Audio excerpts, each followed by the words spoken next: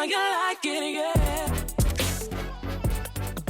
What's up, everybody? Welcome back to the We Don't Know TV podcast. My name is Leaf. I am your host.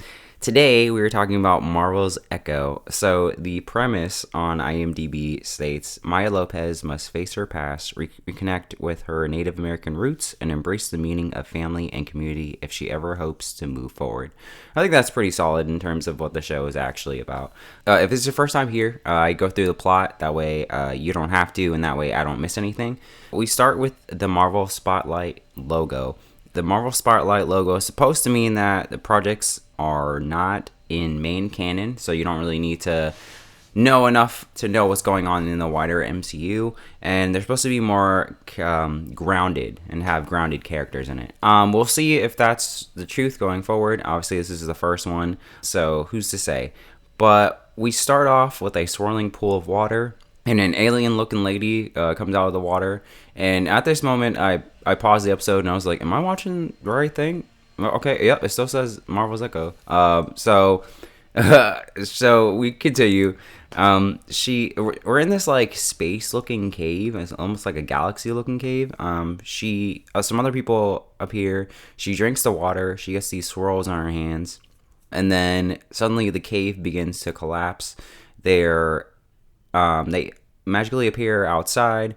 Their skin starts to shed, and they turn into regular people. They have clothes on, which I thought was weird. I assumed they'd be all naked, but I assume, maybe with like legal things or whatever, maybe that was like a little too far for Marvel to be like, oh, we don't want them to be full on naked. But I kind of wish they committed a little bit. We learn that this is Chafa. That is her name of the lady who drank out of the water, and this is kind of like her story of where their people come from.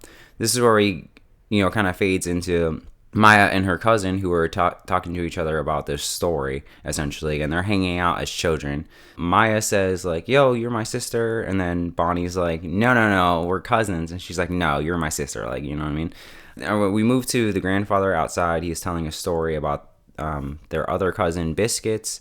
We are in Tamaha, Oklahoma in 2007. It's like, okay, I didn't really think about if 2007 was like an important year in terms of like the MCU timeline. So maybe it is, and that's something I missed. But if not, it's just set in the past. It begins to, the grandparents leave. It starts to rain. The girls come inside because they were staying out in a tent. Maya's like, hey, can we have some hot chocolate? And the mom's like, oh, we don't have any, but let's go to the store and we'll go grab some. I don't know why I couldn't talk. The mom and Maya leave. Bonnie stays with Maya's dad. As they're in the car, they're heading towards an intersection, and the brakes are not working. Things are not looking good. They get into a car crash. A shard of glass, like a comically large shard of glass, is in Maya's leg, and it turns out that her mom is dead. She doesn't know that, but her mom is dead. We cut to Maya, and she's in the hospital. Her leg is gone. She doesn't know that her mom is dead. The dad's saying, like, oh, yeah, I didn't have the heart to tell her. He's talking to the grandparents. But he's like, listen, I found out who cut the brakes. Apparently, this is actually a hit, not like a random occurrence. And, I took care of him. And the grandma's like, you think that makes me feel any better? My daughter's dead. Like, this is all your fault. She's like, I never liked you. I never trusted your family. Like, I knew you guys were up to no good. I'm done with you. Like, you need to leave. And a couple things at this part already. First off, we don't really spend too much time with young Maya. So the fact that she just lost her leg, like, she's just, like, chill about it. Like, it's not really like, oh, my God, I lost. Like, you know what I mean? Like, you just lost a part of your body. But they just, like, brush over it. And then for the grandma to be like, oh, I hate you so much that you and my granddaughter need to leave is just really random. Or not random, but, like, it's, like, too extreme. And we didn't spend enough time with these characters for it to make any sense. So it was really weird that she was like, yeah, you gotta go. And then we cut to, so the grandparents leave, and then the dad goes in to talk to Maya, and she's like, oh, it's my fault, like, mom's dead because I wanted hot chocolate. And she's like, is mom gonna be okay? And, the dad doesn't have the heart to tell her. Then we cut to them packing up the car to go, and they're going to New York. They start to drive away, and Maya's like, hey, can Bonnie come, like, my cousin? And she keeps asking, and there's like no response. And then Bonnie's like, I want to come too, and she like tries to run after the car, and the grandmother grabs her. And again, it's just really weird that the grandmother would just be like, I hate your father so much that I'm gonna send you away with him too. It's like, why wouldn't you fight to keep Maya?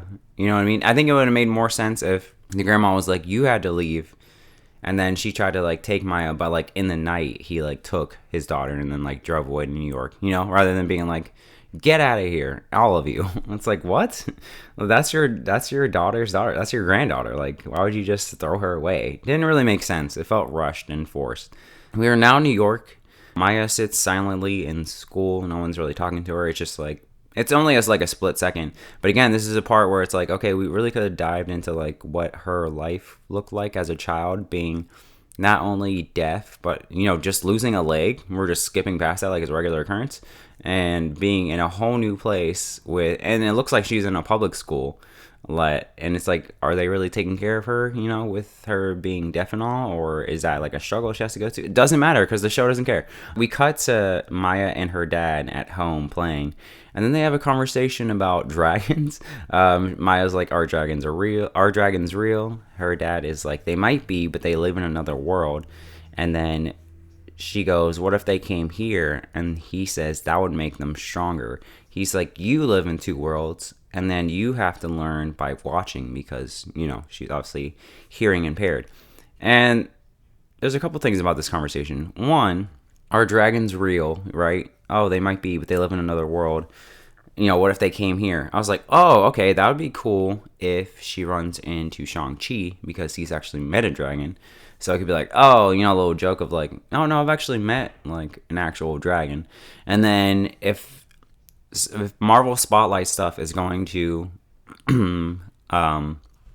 focus on grounded characters, right? And if Daredevil is now canon, then that means Iron Fist is now canon. And Iron Fist's whole thing is that he got powers from a dragon. So there's that too. So I was like, I wonder how much they're really like leading up to something by having this small little conversation.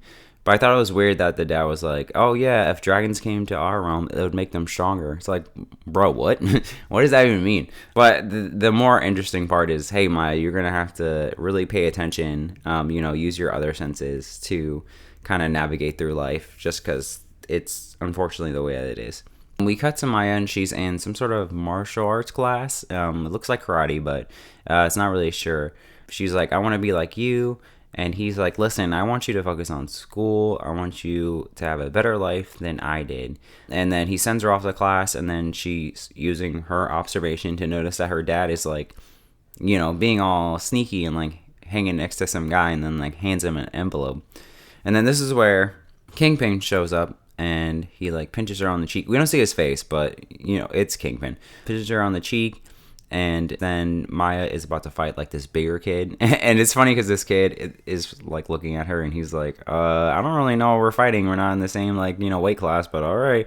And then right as they're about to fight, it cuts to an older Maya, and she's fighting some guy. She sees his hand shaking because he's about to throw that hand. She dodges and takes him out and then dips. And it's like, okay, Maya's a little bit of a badass, huh? We then cut to Maya. She is driving up on a motorcycle. Yeah, it's nighttime. She goes and she sees Ronan, and he is killing everybody up in there. She goes inside to check, and she sees that her dad gets murdered. You know, she goes up to, you know, hold her dad. And I think it was good acting at this part, because on his face, you can just see, like, in his dying moments, he has so much regret on his face. Like, damn, I really shouldn't have brought her into this life. And he's like, you know, like, I want, like, leave, like, I'm gone. Just, you know, do your own thing. And he, like, dies and passes away, and it's sad. But again, because of them, you know, Spotlight is, they're saying, not, Spotlight, wait, I'm losing my train of thought. Spotlight is supposed to be something that's not connected to the main MCU and supposed to be grounded. But having this show be slightly connected to Hawkeye, because Echo was in air, makes things a little more confusing. And it feels like a lot of this show is rushed, like just in this first episode. Like a lot of things are rushed because, again, went from her child, from her just being a full-on adult in a second. And then suddenly her dad is dead. And it's like, wait, what's that whole story? And it's like, oh, if you want that story, there's another show to like tell you more about it. But again, the spotlight thing is supposed to be like its own contained thing. So it's like, it's not, it's a little murky. And I think it just makes things confusing to newer fans and anyone who's not like fully in the trenches of watching like every single thing anymore. But let's continue. Maya is at her dad's grave. She gets a text from her cousin Bonnie. And it's like, hey, we're here for you. Like, just let me know what you need. And she's not about it. She goes to I guess a dealership, some sort of display that has a bunch of motorcycles in the window. She tries to hotwire one of them, and that's when the cops show up. And then this is a cool thing where it gets silent, and all you can hear is her heartbeat. She like turns on the motorcycle and like revs it and sends it towards the police. And then the sound comes in as it crashes into the car. I thought that was really cool. This is where Kingpin shows up and he tells all the cops to like get out the way and grabs Maya. We go into his car. Kingpin has an interpreter, so they're kind of talking like, through her. He's like, listen, I am also mourning your father. I get that you have all of this anger. He's like, my father was also killed when I was young. So he's like, I get it. I know you have all this rage because I've been there. I want to help you. I want you to do a job for me and see how you do. Maybe it'll help you out. And she goes, all right. So we go to this empty club. Maya meets two guys. There's a security guard there to check them in. And of course, he pats the dudes down, and then he pats Maya, and he's being inappropriate. So Maya pins him up to a wall, and then the other two guys are like, "Fair enough with me. Like, come on, let's go." And then that guy's upset, even though it's his fault. Like, why are you touching her butt for? You know what I mean? That's your fault, my guy. So we get to the door. The little sliding part opens. They're like, Kingpin thanks you for your loyalty. And then the one guard shoots the other guard, and it's like, oh, okay. Maya shook. So it already has the feeling, even when she walked in, that like, this is a job. This is her first job. Like, she's really not like about that life. You know what I mean? Like, she's not out there like murking people left and right. She seems kind of like, she's trying to act tough on her first job. So this is where we have that weird moment where one dude shoots a guard at the door, at the second door, and the other guy jumps through the door, knocks it to the floor, and then starts shooting. And I was like, guy, I feel like that's not the move. Like, you know what I mean? Like, I feel like the best move would have been to kick the door down and then start blasting, and not just throw your body through the door and then start blasting. Because, I mean, technically you have the advantage of being on the floor because everyone's expecting you to be standing up. But, like, I don't know. It just seemed, like, really random and dumb. But chaos ensues. Everything goes silent. And I love this moment because it's, again, showing that feels like her first job. Like, everything's popping off. And even the guy, you can't hear what he's saying, but you can see his mouth being like, yo, like, get in here. And she's just, like, frozen. And she doesn't know what to do until some dude comes up and attacks her. And then she gets the upper hand. And again, everything is silent. All you hear is the heartbeats. She's holding him, and then, bah! She cracks his neck. And it's like, all right, she's in. And then Maya locks in, and she goes in, and she starts kicking some ass. The security guy from earlier who touched her, she's like, oh, it's you again. Let's go. Takes him out. And then this is where Daredevil shows up. Now, he was in the trailer, but, it's nothing cooler than seeing him actually pop up. And there's nothing better than a good old hand-to-hand fight. I mean, he takes out the other two guys that Maya's with pretty easily. They're having a decent fight, but honestly, Daredevil's just kicking ass. Well, yeah, Maya goes to, like, grab a gun, and then he disappeared. And I love this moment, not just because Daredevil showed up, but I like it because I've always loved the feeling of, like, superheroes out there doing things when we're not watching. So the fact that him showing up and being like, oh, hey, I've been staking out this spot for a night now, and you just threw everything out the window by just coming here and then, like, fucking everything up. So, like, I have to take you down. It's not said, but I feel like him fighting Maya and seeing that, like, oh, she's actually putting up a fight is like, this is way more work than I wanted. I just wanted to kick some ass and then get out. So that's why I feel personally that he dipped, is like, she was putting up way too much of a fight, and he's like, hi, I got other things to do. There's other places to stake out. So I like that. It was just a small thing in and out. I'm glad that he wasn't here for the whole thing because this is her show. And also, I hope that MCU does more of, starting off the movie or show with a hero taking down, a random robber or something, it's just to show that they're out there doing stuff. Anyways, we go to a meeting with Kingpin. Maya says that the job helped out immensely. Kingpin's glad that works. He's like, I think you just needed a purpose, and your purpose is working for me. He's like, we're family. And she feels some type of way, and like in a good way, and she's like, all right. This is where we go to the Hawkeye show montage, where it shows her kind of like, doing some stuff. She's been doing some jobs. But again, I more wonder if someone watching this for the first time would see those little vignettes and be like, oh, okay, I get it. Or if they'd be like, wait, what? Like, what's going on? I feel like it can go either way. It kind of depends on the person, because she ends up running into Hawkeye, but he's dressed as Ronin. And he's like, listen, I've been in the same place. I know you have all this anger and you're trying to get it out and you're being used. Kingpin is playing you. He set up your dad. He wanted him dead. And that's why all of this happened. And she's like, no, that's not true. And then it cuts to her finding Kingpin after he's badly hurt, which you're probably wondering why, again, if you didn't watch Hawkeye. So I was like, I feel like, again, this is a little more detriment to the show than actually helping the show. But she shoots him right in the face. And when she comes out the car, she's like dressed up. She looks like she's running shit. And she shoots him in the face. And then it cuts to 5 months later, and Maya's at a gas station. She like goes to hide, and she like checks her rib or her stomach because she's been like stabbed or something, and she's not looking good. So I was like, okay, what happened in those 5 months? Who's to say? So I thought it was weird to like go to this random spot and then kind of check your wound, but I guess that makes sense. You gotta do it discreetly. She drives through the night, almost passes out and crashes into, a truck. And she goes all the way to Oklahoma, goes back to her childhood home, goes inside, she stitches herself up. She has a dream about Chafa and then some other women. They all flash really quick. We cut to the morning and someone's outside the house. Now, she's ready for it. She gets to the door, kind of like knocks the person down, goes outside and realizes it's her cousin Biscuits. I mean, she doesn't know. It's more of him being like, oh my God, it's you. Like, it's me, like, your cousin Biscuits. Like, you remember? And it's like, why is his name Biscuits? We never get an answer for that. It's a little weird. But anyways, Maya says like, hey, I'm not in town long. I'm just going to do this thing and, I'm going to be out. Try not to tell everybody that I'm here. And he's like, yeah, of course.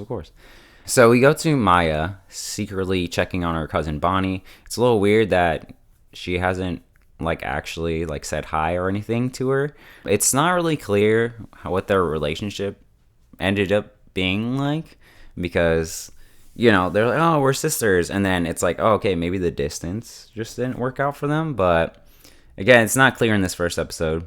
Maya goes to the roller rink. We got this nice little sign that says America skate again. I like that joke. She goes to the counter. The guy's kind of a dick. She's like, I'm deaf, and he thinks she's like putting on an act or something, and she's like, I'm looking for that guy. He's like, unless you're here to skate or something, like you can't meet that guy. But the guy's out there. I think it's her uncle. So I'm just going to call her uncle. I might be wrong about that, but just so we're all clear, I'm just going to say uncle. So he's like, all right, let's go talk in private. And then when they go to talk in private, the guy behind the counter starts texting somebody, and he's like, I think I know where, the kingpin shooter is, or killer, is that bounty still on the table. So it's like, oh, okay. This guy has a little something going on. So Maya talks to her uncle, and then he realizes she's hurt, so he's like, all right, let's go get you patched up. Brings in a mortician to fix her up. I love that he's able to talk to her in ASL, and there's even a part where they're talking as the mortician is getting the stuff ready, and it's just full. They're not speaking English, they're only speaking ASL, so they're talking, right? But unless you know ASL, it would just be like, it's just full on silence for you. But I like that they're able to have this conversation, and it also gives them a level of secrecy between themselves. Maya gets patched up. Maya and her uncle eventually go to a water tower. There's a telescope up there. Maya's like, oh, or her uncle's like, oh, look through the thing, and she sees Bonnie, and he's like, listen, you have to go say hi, or else you're gonna break her heart. And Maya's like, okay, well, her heart isn't my concern. And it's like, okay, what happened between them that she's just kind of like, because even he's like, I don't think you actually believe that. I think you're just saying that. And she's like, whatever. And she like grabs a telescope and she moves it. And she's like, okay, now you look. And she shows him a Fisk shipping building. She's like, I want to send a message to Kingpin's men, and I know that your route goes through here, and there's something on the train that I need to get to. So, like, help me out. And he's like, I'm not gonna start a war in my hometown, and bring trouble to all the people I care about and that care about you. So he's like, I'm not doing any of this. Why do you want to do this in the first place? And Maya's like, well, I think it's time for there to be new leadership. And so it's like, oh, okay, so she wants to be head honcho. She wants to be in charge of Kingpin's operation. Okay, so is she an actual hero? Is she a villain? Like, well, let's see where this is going. But it's interesting so far. But the uncle's like, listen, I want no part of this. And then he leaves. And we kind of pan out to the city. And it cuts to Kingpin. He's alive on a hospital bed. And then we are at credits. So, if it is your first time here, I have a 3-point rating system. It is one and done, give it a chance, and I am in. For this one, I'm going to give it a chance. I think, again, the problem with this first episode for me is that a lot of things flash by that I don't really feel like they spent time for us to really understand the character in this first episode. Like, again, she lost her leg. We just skip past it. She gets sent to New York. We just skip past why the grandma hates her. It feels like almost like she hates her to a degree. Maya's in New York, but we really don't spend any time with her being in New York. I like the action scene. Again, I like her being shook on the first job. But then like being like, okay, I gotta, this is real. I gotta, pick it up. I like the Daredevil thing popping in and just, just doing his thing and being like, I was like staking this place out and now I gotta go. Like they didn't stay too long.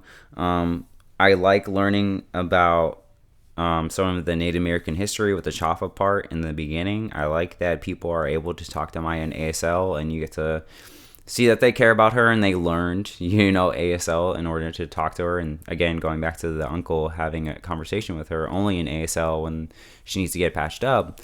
Stuff like that is cool. But I'm also like, okay, is this show gonna commit to Maya being a bad person? Because, MCU, hero stories, obviously. So her being like, I'm gonna take over Kingpin's operations. Like, are you really, though? Or are we just setting up a cool idea that's not gonna go anywhere? And then I think having Kingpin be alive in this first episode was like, I kind of wish you would have let it breathe for a little bit and have it focus a little more on Maya, and then maybe after she does something be like, oh, he's still alive, like this is gonna be a problem. And then I also wonder if having Daredevil in this episode is a detriment to this, because I know a lot of people don't think the way that I do of having like characters pop in and leave as being a cool thing. Sometimes people are like, I wish they would have been for the whole movie, but then it's like, or show, whatever it is. But then you got to deal with like budgets and like what is this show actually about and yada yada. So I ended up leaving this episode being like, this is cool, I want to know where this goes, but at the end of the day I think I'm just worried about like, is this going to be like, yeah, that's the thing I watched, or is this going to be like, yo, you guys got to watch Echo, you know what I mean? So those are my thoughts on this first episode. I did end up watching the entire season. I don't really have too many spoilers to really bring up. The only thing I will say is that I feel like it started off strong and then kind of petered off, especially towards the last episode. I think the last episode did the typical Disney Plus issue thing of like, hey, we set up all these things and then the show just ends and you're like, what? What was it all for? And then I think having this one be, because this show's only 5 episodes, I think this one actually needed 8. I wish they kind of, or at least 7. I kind of wish they would have gave more time to explore some more things. But I don't really have too many like deep thoughts to like spoil for you. So that's about it. I will see you guys next time. I appreciate you listening to this episode. If you want to keep up with what I'm doing, you can follow me on Twitter at Little Leafers. And until then, that's it. Peace.